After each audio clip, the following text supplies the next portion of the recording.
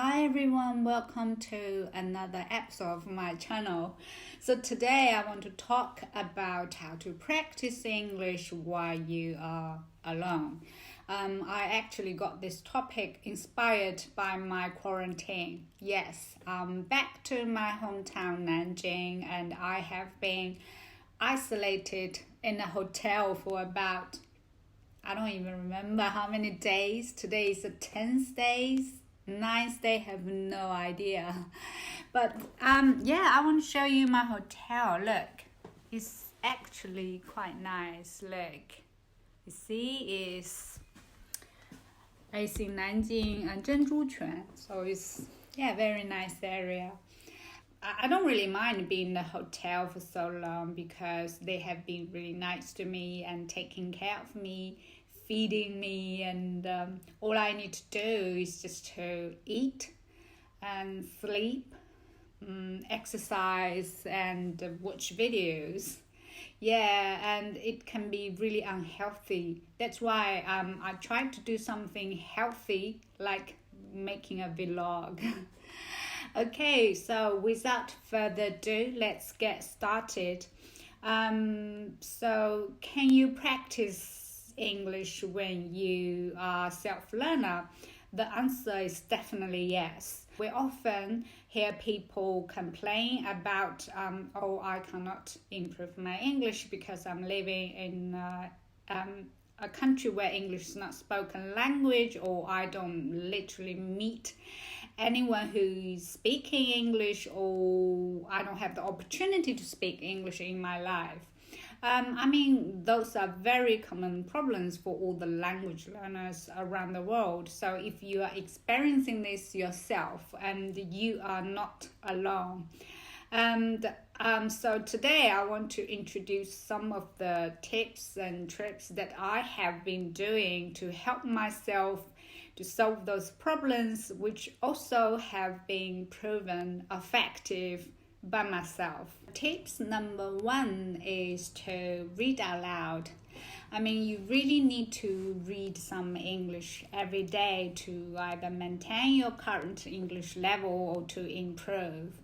And by reading out loud, you really need to make some sounds, okay? So normally, when we read, we probably go,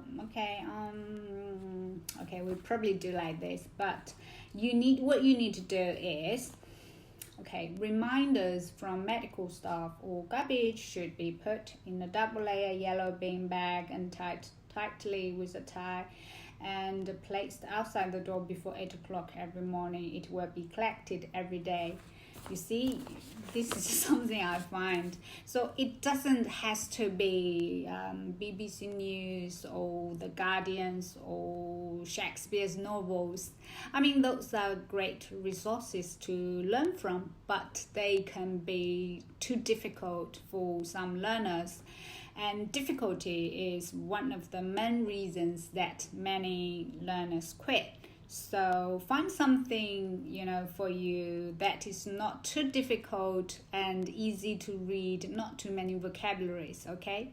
So don't aim too high at the beginning. And then you can gradually start to read something more difficult, okay? And so the reason for doing this is because when you are speaking Chinese and English, you are actually using different facial muscles.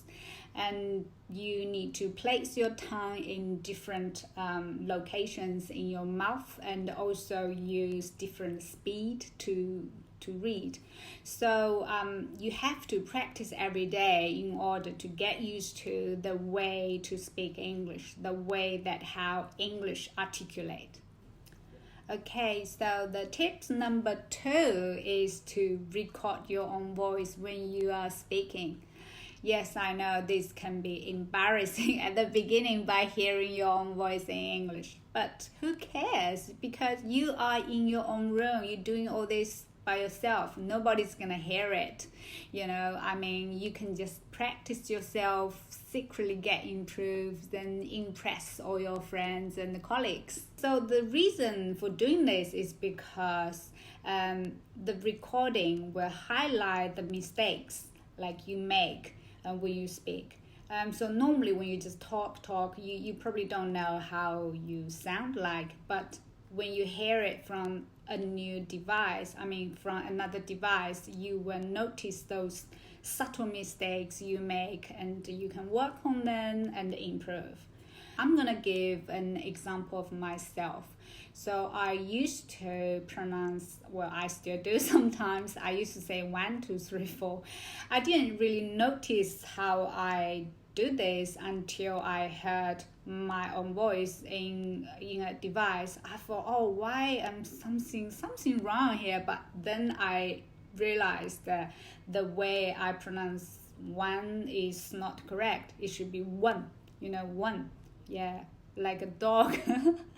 Yeah, so that's why what I'm saying is important to record your own voice, so you will notice those subtle mistakes you don't normally notice when you just speak. Okay, so make some recordings. Okay, so tip number 3 is to to talk to yourself. I know, like, people often say that, oh, I have no one to talk to me in English. I can't practice English. You don't need anyone to talk to you in order to speak. Okay, you can make some sounds in English, don't you? Okay, just make some sounds in English. That's simple.